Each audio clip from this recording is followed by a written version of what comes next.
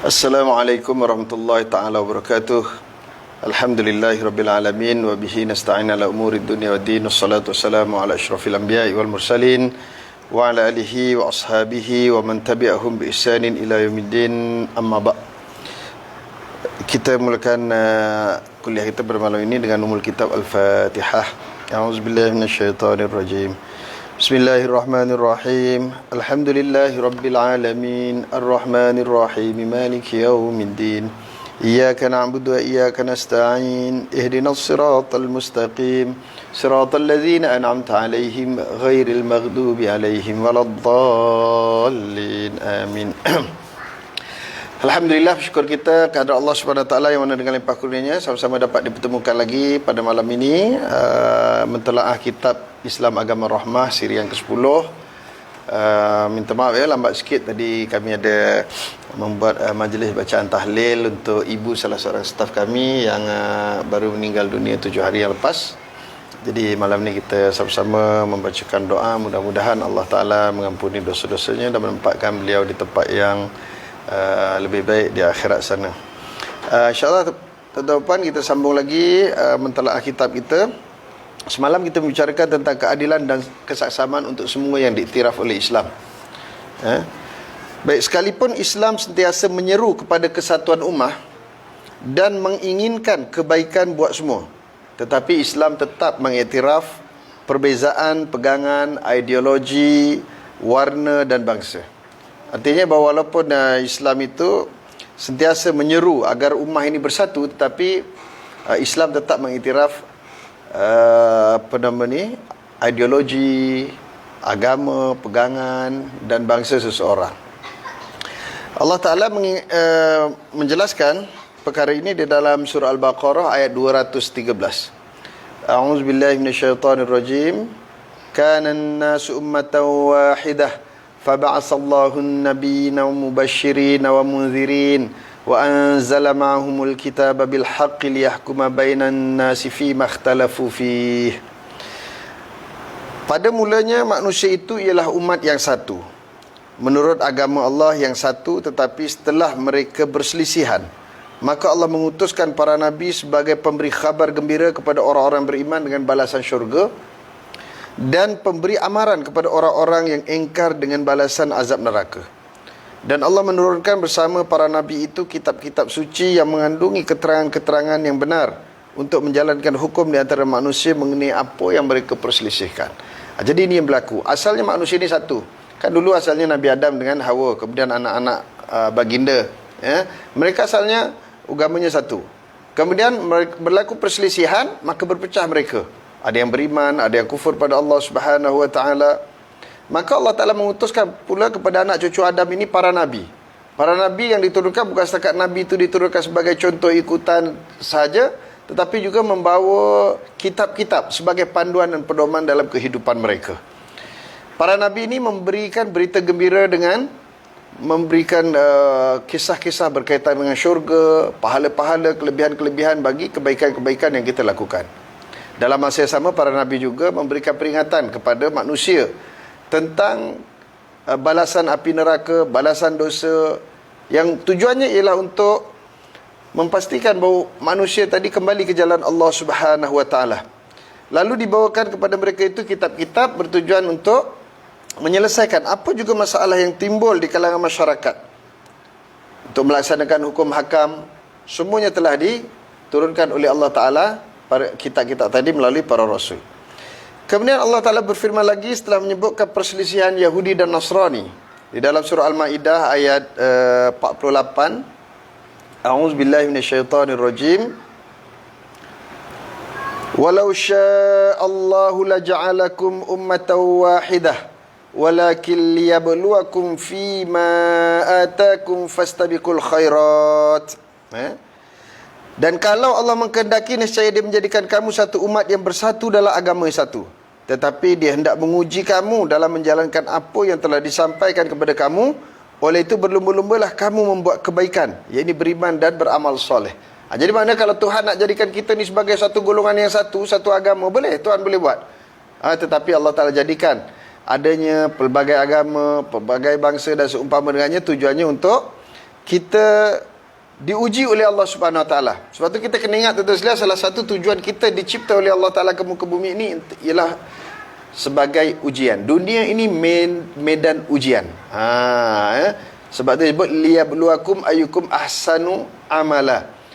Untuk kita diturunkan di muka bumi ini untuk diuji oleh Allah Taala siapa yang amalannya terbaik. Amalan terbaik, bukan terbanyak.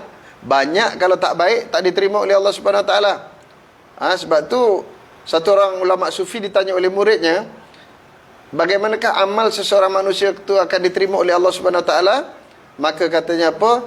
Yang pertama, mestilah amal itu ikhlas semata-mata kerana Allah Subhanahu Wa Taala. Yang kedua ialah mesti benar. Benar maknanya apa? Mengikut sunnah yang telah ditetapkan oleh Allah Taala dan sunnah yang diajarkan oleh Rasulullah sallallahu alaihi wasallam. Tidak bertentangan dengan syariat. Ada dua syarat ini barulah amal kita diterima oleh Allah Subhanahu Wa Taala. Dan ayat ini juga menyuruh kita berlumba-lumbalah kamu melakukan kebaikan. Fastabiqul khairat. Berlumba-lumba melakukan kebaikan. Sebab apa?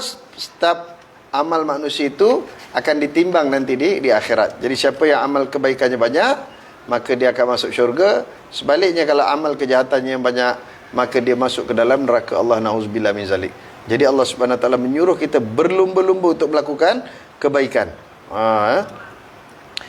Baik, seterusnya Al-Quran juga telah menegaskan bahawa perbezaan merupakan salah satu maksud tujuan yang penting dalam ujian kehidupan.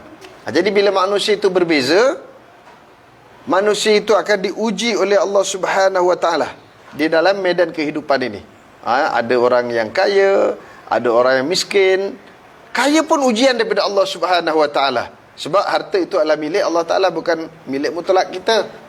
Maka harta yang diberi kepada kita, apa kita gunakan? Itu akan ditanya balik oleh Allah Subhanahu Wa Taala. Orang yang kaya diuji dengan harta tadi, sama ada dia menggunakan harta kekayaan itu untuk perkara yang baik ataupun tidak. Sama juga orang yang miskin. Orang yang miskin juga ujian daripada Allah Subhanahu Wa Taala. Bagaimana kekurangan yang diberikan oleh Allah Ta'ala itu, adakah menyebabkan dia menjadi kufur, ataupun dia sentiasa bersangka baik dengan Allah dan dia berusaha untuk kebaikan pada masa akan datang. Begitu juga tentang warna kulit, agama, semua ini adalah ujian daripada Allah Subhanahu Wa Taala untuk melihat adakah mereka akan mentaati Allah Ta'ala dengan perbezaan-perbezaan itu, ataupun perbezaan itu akan digunakan untuk kepentingan-kepentingan tertentu. Macam hari ini kita kat dunia, tuan-tuan sekalian, kadang-kadang perbezaan itu kita jadikan sebagai satu titik noktah untuk kita berbeza dengan orang, sehingga akhirnya ia membawa pada permusuhan. Kadang-kadang begitu kan. Jadi Islam tak mahu macam tu. Perbezaan itu dijadikan sebagai ujian, dan bagaimana untuk kita berjaya dalam ujian tersebut. Kemudian Al-Quran telah menegaskan bahawa perbezaan merupakan salah satu maksud tujuan penting. Tadi dah disebutkan itu, kita boleh lihat dalam surah Hud ayat 118 dan 119.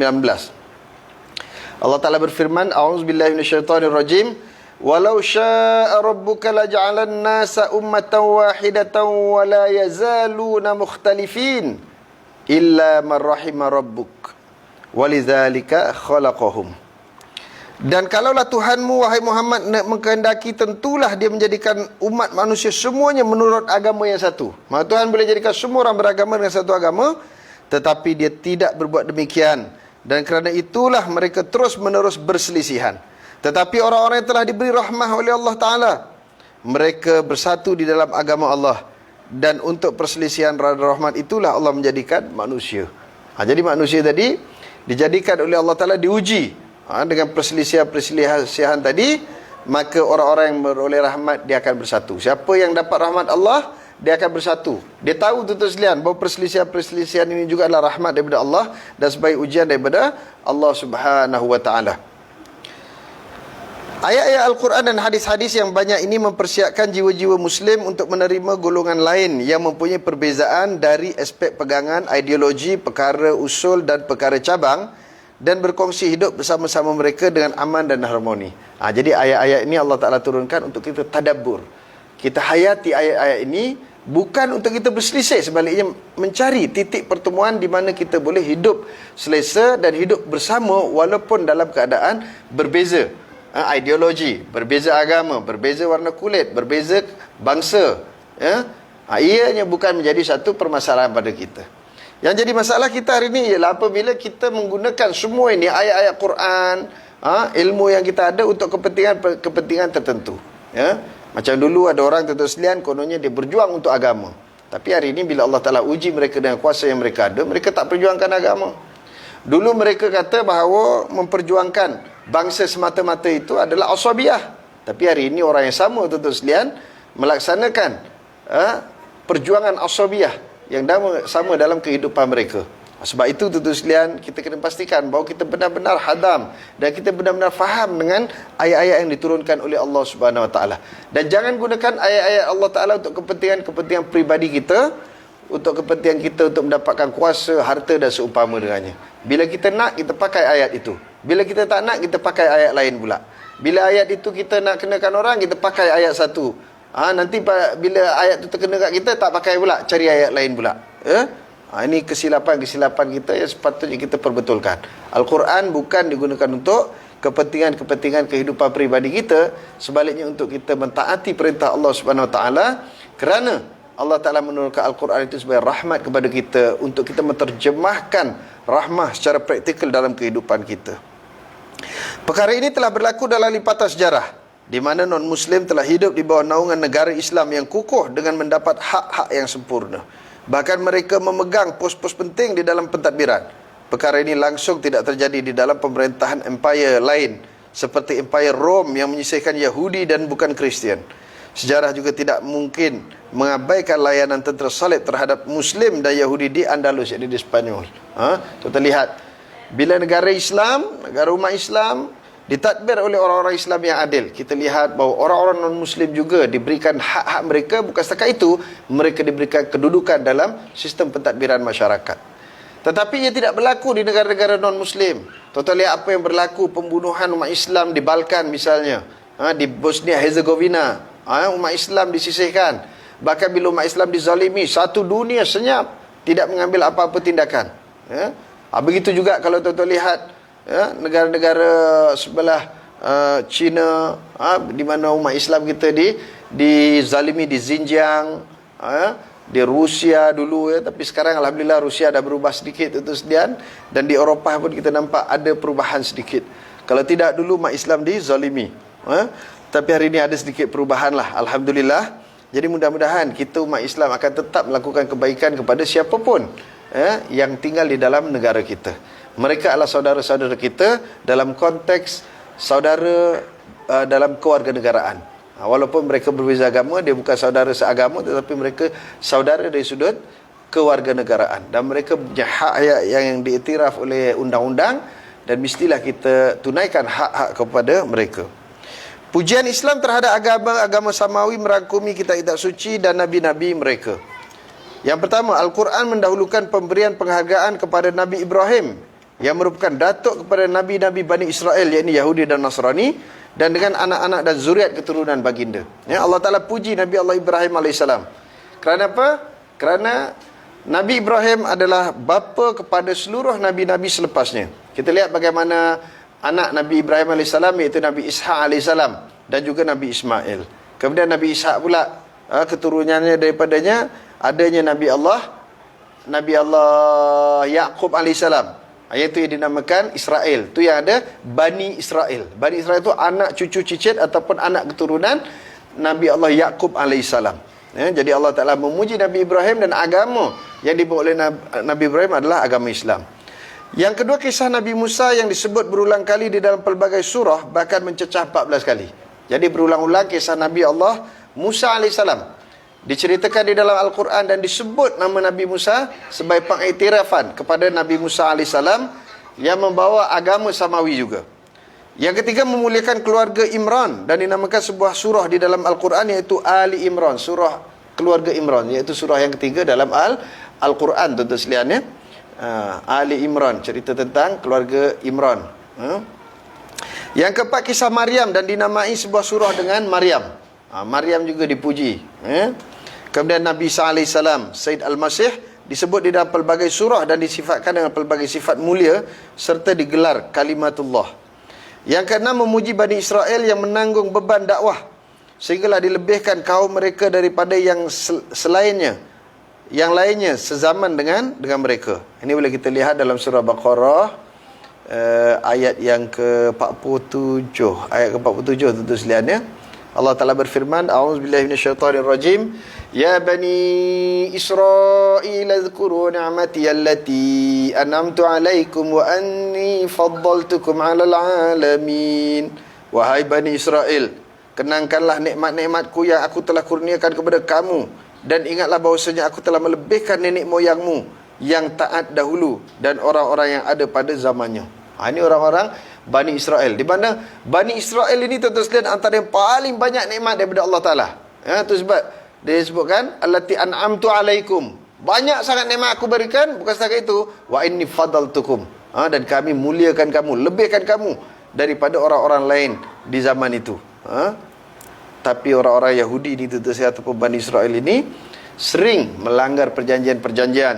Begitu juga sering mereka ini melakukan khianat terhadap nabi-nabi mereka. Bahkan mereka membunuh para nabi. Mereka bunuh nabi-nabi. Di zaman Rasulullah sendiri tuan-tuan sekalian, setelah mana perjanjian Sahifah Madinah telah dimeterai oleh Rasulullah dengan bangsa Yahudi. Tetapi kita lihat daripada awal penubuhan kerajaan Islam Madinah, orang Yahudi lah yang paling banyak buat onar, orang Yahudi lah yang paling banyak khianat. Sehingga hampir seluruh Yahudi dihalau oleh Rasulullah daripada kota Madinah, dan ada yang dihukum bunuh kerana khianat terhadap Islam itu dan umat Islam. Tinggal yang terakhir Bani Quraizah, yang akhirnya juga mereka dibunuh setelah mana mereka khianat kepada Rasulullah di dalam peperangan Ahzab ataupun peperangan Khandaq. Mereka cuba untuk bersekongkol dengan puak-puak Ahzab, iaitu orang-orang Quraisy, Mekah, dan juga orang-orang Yahudi yang telah dihalau oleh baginda Rasulullah daripada Madinah untuk menyerang Madinah. Ini tuan-tuan sekalian lihat bagaimana puak-puak Yahudi ini banyak sangat Allah Ta'ala bagi kelebihan kepada mereka, tapi mereka mensia-siakan. Yang ketujuh, Allah Ta'ala memuji kaum Nasrani secara umum. Kita boleh lihat dalam surah Al-Ma'idah ayat 82. Allah Ta'ala berfirman, la tajidanna ashaddan nasi adawatan lillazina amanul yahuda wallazina asyraku wa la tajidanna aqrabahum mawaddatan lillazina amanul lazina qalu inna nasara dzalika bi anna minhum qissisina wa ruhbana wa annahum la yastakbirun. Dan demi sesungguhnya engkau akan dapati orang-orang yang dekat sekali kasih sayangnya, mesranya kepada orang-orang yang beriman, ialah orang-orang yang berkata bahawa kami ini ialah orang-orang Nasrani. Yang demikian itu disebabkan ada di antara mereka pendeta-pendeta dan ahli-ahli ibadah, dan kerana mereka pula tidak berlaku sombong. Ini beza antara orang Yahudi dan Nasrani. Orang Nasrani ini lebih dekat dengan orang Islam, kerana mereka ini kurang sedikit sifat sombongnya berbanding Yahudi. Yahudi ni dianggap diri dia anak Tuhan, maka dialah yang paling mulia kat dunia ni, dan orang lain layak dibunuh. Sebab tu tuan-tuan tengok di Palestin sana, mereka bunuh umat Islam tak ada masalah. Bunuh anak-anak kecil, bunuh orang perempuan, bunuh orang sakit, orang tua, orang yang uzur, mereka bunuh semua sekali. Mereka tak kisah, sebab mereka anggap orang-orang ini adalah layak dibunuh oleh mereka. Dan mereka menganggap tanah Palestin sebagai hak milik mereka, yang kononnya mereka dahulu adalah umat yang mula-mula tinggal di sana. Mereka menyebutkan kisah Nabi Allah Ishak misalnya, Nabi Allah Ibrahim, Nabi Ismail, Nabi Allah Yaqub, yang bermula daripada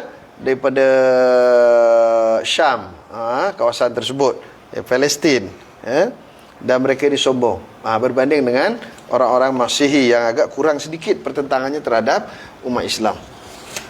Yang ke-8, memuliakan kitab Taurat dan Injil dan memberikan penghormatan yang tinggi terhadap kedua-duanya. Contohnya berkenaan Taurat, Allah Ta'ala berfirman dalam surah Al-Ma'idah ayat 44. Panjang ayat itu ayat 44 surah Al-Ma'idah. A'udzubillahi minasyaitonirrajim.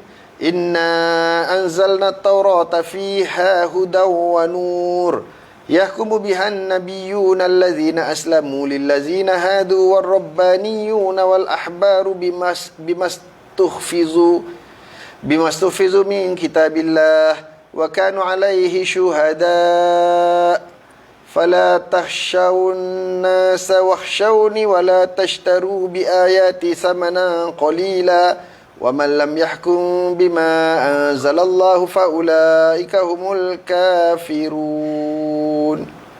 Itu dalam surah Al-Ma'idah ayat 44. Allah Ta'ala berfirman, sesungguhnya kami telah menurunkan kitab Taurat yang mengandungi petunjuk dan cahaya yang menerangi. Dengan kitab itu, nabi-nabi yang menyerah diri kepada Allah menetapkan hukum bagi orang-orang Yahudi. Dan dengannya juga ulama mereka dan pendeta-pendeta mereka menjalankan hukum Allah. Sebab mereka diamanahkan memelihara dan menjalankan hukum-hukum dari kitab Allah, yakni Taurat itu. Dan mereka pula adalah menjadi penjaga dan pengawasnya dari sebarang perubahan. Oleh itu janganlah kamu takut kepada manusia, tetapi hendaklah kamu takut kepadaku dengan menjaga diri dari melakukan maksiat dan patuh akan perintahku. Dan janganlah kamu menjual, yakni membelakangkan ayat-ayatku dengan harga yang sedikit, kerana mendapat rasuah, pangkat dan lain-lain keuntungan dunia. Dan sesiapa yang tidak menghukum dengan apa yang telah diturunkan oleh Allah kerana mengingkarinya, maka mereka itulah orang-orang yang kafir. Ni ayat ni panjang tuan-tuan sekalian, yang mana menjelaskan kepada kita bahawa Allah Ta'ala lah yang menurunkan kitab Taurat, yang mana kitab Taurat ini juga menjadi nur, iaitu petunjuk, menjadi cahaya, menerangi kehidupan masyarakat Bani Israel ketika itu. Di kalangan mereka para pendeta-pendeta yang sentiasa menjaga hukum hakam kitab tersebut. Ini di peringkat awal dahulu, tetapi akhirnya kitab Taurat itu juga telah diselewengkan oleh orang-orang yang terkemudian. Kemudian di dalam surah Al-Ma'idah ayat ke-46, Allah Ta'ala berfirman, a'udzubillahi minasyaitonirrajim, wa qaffayna ala atharihim bi'Isa bin Maryam musaddiqan lima baina yadayhi minat Taurah wa atainahu al-injila fihi hudaw wa nur wa musaddiqan lima baina yadayhi minat Taurati wa hudaw wa mau'izatan lil muttaqin.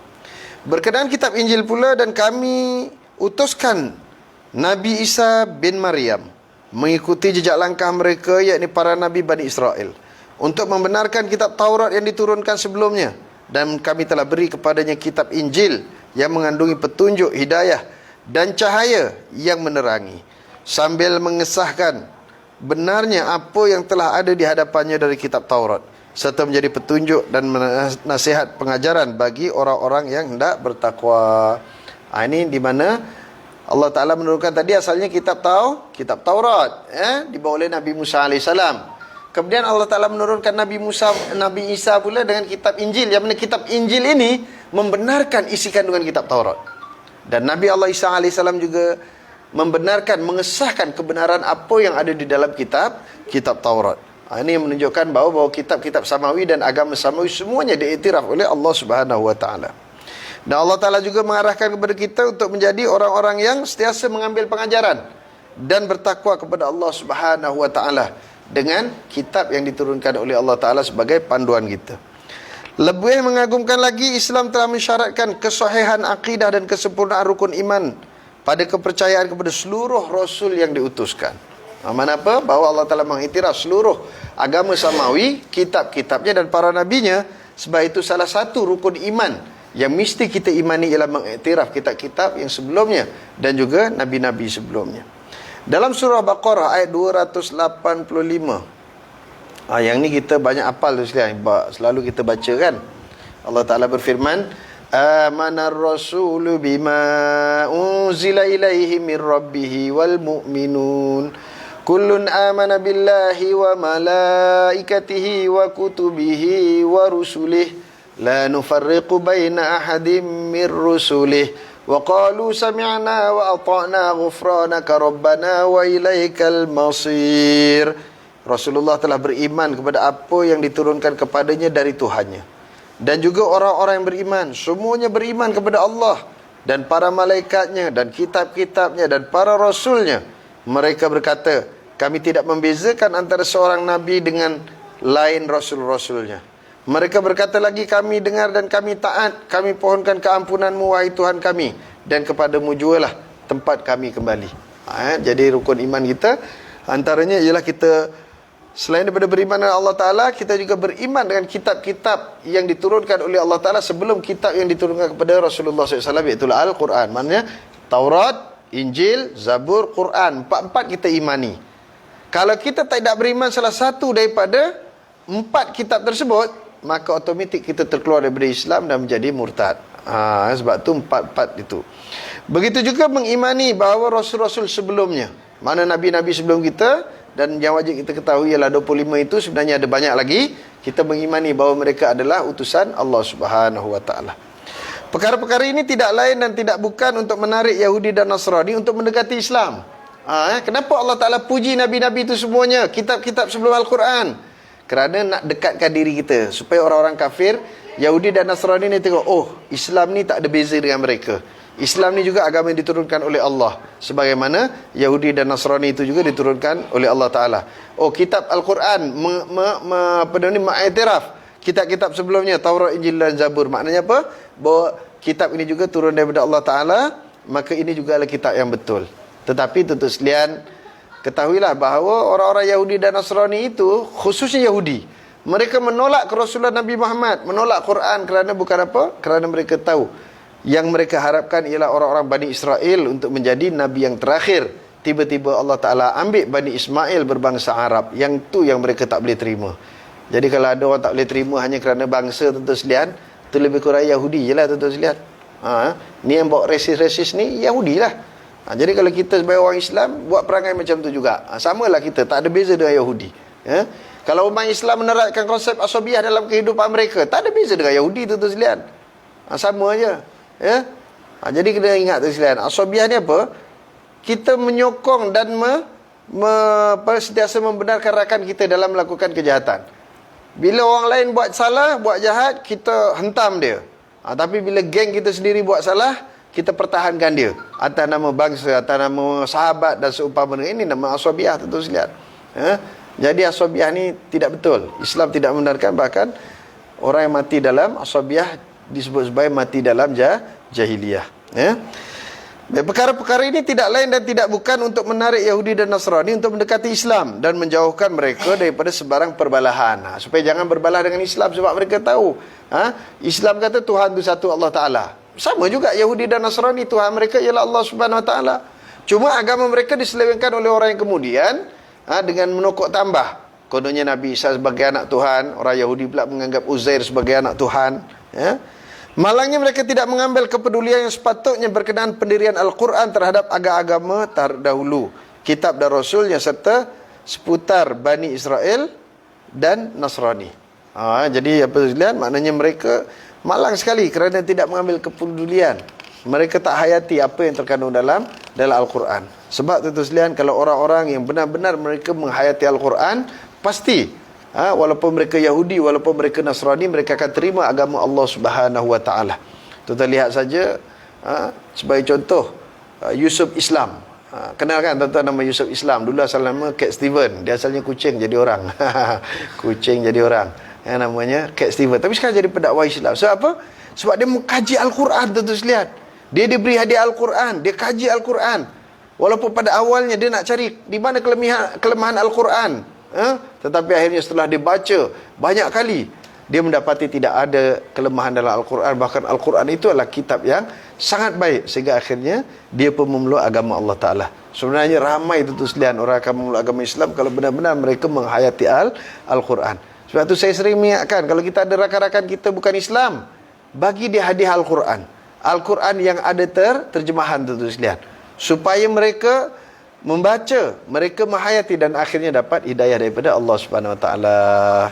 Okey tuan-tuan sekalian, setakat ini dulu pada malam ini. InsyaAllah perjumpaan kita esok malam tentang tidak menghukum secara sama rata. Ada banyak lagi perbahasan kita.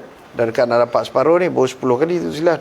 InsyaAllah mudah-mudahan sempat kita untuk menghabiskannya. Baik, ada soalan? Oh, Syam. Ustaz, tadi Ustaz kata perbezaan pendapat itu juga adalah satu rahmat. Tapi jika perbezaan pendapat itu berakhir dengan pergaduhan dan caci maki, adakah rahmat itu telah tadi dicabut olehnya, atau apakah kesimpulan yang perlu kita fahami? Mohon pencerahan. Tuan-tuan sekalian, ya, perbezaan itu adalah satu rahmah. Kan disebutkan dalam satu hadis, ya, perselisihan di kalangan umatku itu adalah satu rahmat. Tetapi tuan-tuan sekalian, perselisihan itu harus kita fahami daripada sudut mana yang dia membawa rahmah. Sebagai contoh dalam fiqah, tuan-tuan sekalian, ada perbezaan-perbezaan di kalangan para para ulama kita. Walaupun mereka kadang-kadang berbeza pendapat dengan guru ataupun murid mereka. Imam Syafi'i misalnya, ada pendapat dia yang berbeza dengan gurunya Imam Malik. Imam Ahmad macam tu juga, ada perbezaannya dengan Imam Syafi'i. Perbezaan itu rahmat. Kerana apa? Kerana kadang-kadang bila berlaku satu-satu darurah, maka kita boleh gunakan pendapat satu lagi untuk kita beramal. Macam tu tuan-tuan sekalian. Tetapi yang menjadi masalah pergaduhan ini bukan kerana ikhtilaf itu, kerana keegoan seseorang untuk menerima kebenaran. Ini yang jadi masalah. Yang jadi caci maki, yang bergaduh ni sebab apa? Sebab tidak ada sifat tasamuh dalam diri. Sedangkan Islam itu ada sifat tasamuh. Tasamuh itu artinya apa? Berlapang dada, bertolak ansur. Tapi bila kita tuan-tuan sekalian berselisih pendapat, kita bagi pendapat, kita nak orang ikut pendapat kita menganggap pendapat kita saja yang betul, orang lain salah. Yang tu yang jadi masalah. Jadi masalahnya ialah sifat ego. Ego dalam menerima kebenaran. Ego dalam kita menerima perbezaan. Keegoan itulah tentu saja yang menyebabkan caci maki, permusuhan, perbalahan di akhirnya. Sedangkan perselisihan itu bukan tujuannya untuk kita bergaduh. Kita dah bicara panjang, Syam dan sahabat-sahabat lain, kita dah bicara panjang daripada mukadimah dahulu, bahawa perbezaan-perbezaan yang diwujudkan oleh Allah Subhanahu Wa Taala, sama ada perbezaan warna kulit, perbezaan ideologi, perbezaan agama, perbezaan bahasa, semua ini adalah rahmat Allah Subhanahu Wa Taala supaya kita mencari di mana titik persamaan yang boleh kita temukan. Jadi bila titik pertemuan itu jumpa, maka kita akan hidup dalam keadaan aman damai. Jangan kita cari perbezaan itu untuk kita sentiasa tidak boleh bersama. Ini jadi masalah. Yang jadi masalah, kita cari perbezaan untuk kita tidak bersama. Akhirnya bergaduh. Bila bergaduh, tak dapat hidup dalam keadaan aman. Bila tak aman, tak ada rahmat lah tuan-tuan sekalian. Jadi kita kena pastikan tuan-tuan sekalian, perselisihan itu adalah satu rahmat daripada Allah dalam konteks ia untuk memudahkan dalam perjalanan kehidupan kita. Bukan untuk kita bermusuh-musuhan. Kalau kita boleh buat macam ni tuan-tuan sekalian, kita praktikalkan sebagaimana yang dilakukan oleh baginda Rasulullah SAW dan para sahabat. Jangan orang lain tuan-tuan sekalian. Sayyidina Umar tu kena tegur pun tuan-tuan sekalian. Ya? Ada orang bawa pedang tuan-tuan sekalian, pedang tajam, tarik heret. Dia kata, Umar, kalau kau tak betul pedang ni betulkan kau.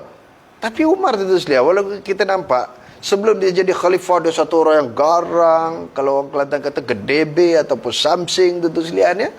Tetapi apabila sifat keegoan itu dibuang, tetapi teguran-teguran orang walaupun dah sekasar mana pun, bahawa ia tahu ialah satu sifat kasih sayang daripada rakannya, bahawa kalau kita lakukan salah, kawan kita akan betulkan kita. Maka kita tak ada bergaduh lah. Atau kalau Sayyidina Umar yang garang macam tu pun dia boleh bertasamuh, kita ni apa sangatlah tuan-tuan sekalian. Takkan tasamuh dengan kawan tak boleh? Tak boleh ke kita bertolak ansur hanya dalam perkara-perkara yang kecil? Perbezaan pendapat. Lagi-lagi kalau kita duduk dalam kancah politik tuan-tuan sekalian, dalam bidang politik lagi banyak perselisihan berlaku. Takkan kerana perselisihan itu kita menjadi musuh selama-lamanya, sehingga kita putus saudara, sehingga kita mengkafirkan saudara kita yang tidak sependapat dengan kita, sehingga kita memutuskan silaturahmi kerana lain pendapat. Tidak tuan-tuan sekalian. Cuma saya baru ni tengok ada orang pergi rujuk satu ceramah daripada, tak tahulah tuan-tuan sekalian, orang daripada Indonesia, membicarakan tentang politik itu adalah perkara akidah. Payah tuan-tuan sekalian cerita, tapi itu panjanglah cerita ya. Nanti kita bincang waktu lain lah. Ni kita cuma nak khususkan ni Islam agama rahmah. Jadi rahmat Allah Ta'ala itu ada pada banyak benda, termasuklah dalam perselisihan dan perbezaan pendapat. Itu juga adalah rahmat daripada Allah untuk memudahkan kita dalam kehidupan. Okey, terima kasih pada semua yang dapat bersama malam ni. Semalam saya minta maaf tuan-tuan sekalian, tak dapat hadir, tak dapat beri kuliah kerana malam semalam saya ada mesyuarat.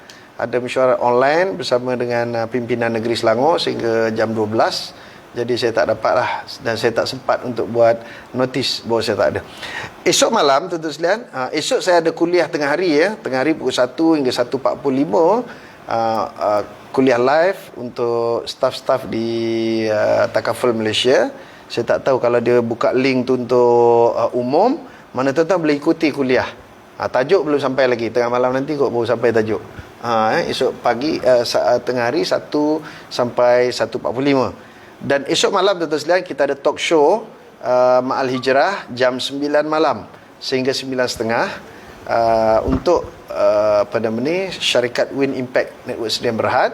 Tetapi saya juga minta supaya ia dibuka secara umum supaya rakan-rakan lain juga boleh mengikuti kuliah kita berkaitan dengan Mahal Hijrah. Jadi esok malam kita akan mula pukul 9. Mungkin dia akan bawa sampai 9.30, 9.45 ke 10 gitu. Kalau saya ingat esok malam kita ikut tu je lah, ikut kuliah tu. Jadi kita tak payah kuliah Islam Rahmatan Lil Alamin lah esok malam. Esok malam kita cuti satu malam, kita sambung lusa pula hari Jumaat malam. Boleh InsyaAllah. Terima kasih tuan-tuan yang terus bersama secara istiqamah setiap malam. Mudah-mudahan Allah Ta'ala memberkahi kita dan memberi kita kefahaman. Allahumma faqihna fid din wa alimna ta'wil. Allahumma ij'alna minan najihin wal faizin fid dini wa dunya wal akhirah. Allahumma inna nas'aluka ridhaka wal jannah wa na'udzubika min sakhatika wan nar. Allahumma innaka 'afuwun karimun tuhibbul 'afwa fa'fu 'anna wa 'an walidina wa 'an jami'il muslimina wal muslimat wal mu'minina wal mu'minat bi rahmatika ya arhamar rahimin. Allahumma inna nas'aluka min khairi ma sa'alaka minhu nabiyyuka wa rasuluka Muhammadun sallallahu alaihi wasallam wa ibadika salihun wa na'udzubika min syarri ma sta'adzaka minhu nabiyyuka wa rasuluka Muhammadun sallallahu alaihi wasallam wa ibadika salihun wa antal musta'an wa alaikal balagh wa la haula wa la quwwata illa billahil aliyil azim. Allahumma akhtim lana bi khatimati sa'adah wa la takhtim alaina bi khatimati syaqawah. Rabbana atina min ladunka rahmatan wa hayyi lana min amrina rasyada. Rabbana atina fid dunya hasanatan wa fil akhirati hasanatan wa qina azabannar wa adkhilnal jannata ma'al abrar ya azizu ya ghaffar ya rabbal alamin. Walhamdulillahi rabbil alamin. Taqabbalallahu minna wa minkum. Kita tangguhkan majlis dengan tasbih kafarah dan surah Al-Asr. Subhanakallahumma wa bihamdika asyhadu an la ilaha illa anta astaghfiruka wa atubu ilaih. Bismillahirrahmanirrahim. Wal 'asri innal insana lafi khusr illa allazina amanu wa 'amilus solihat wa tawassaw bil haqqi wa tawassaw bis sabr. Assalamualaikum warahmatullahi taala wabarakatuh.